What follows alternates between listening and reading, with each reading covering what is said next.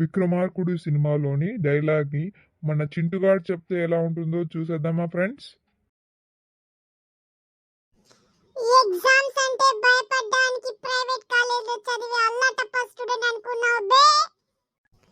భయం నాకు కాదురా ఎగ్జామ్స్ కి. ఒంటరిగా ఫెయిల్ చేసే దమ్ము లేక ముందు నెల నుంచి పిచ్చి కుక్కల్లా నా వెంట తిరుగుతున్నారు. నన్ను ఫెయిల్ చేయాలంటే ఇంకో 50 మంది ప్రొఫెసర్ దానికి తోడు కావాలి.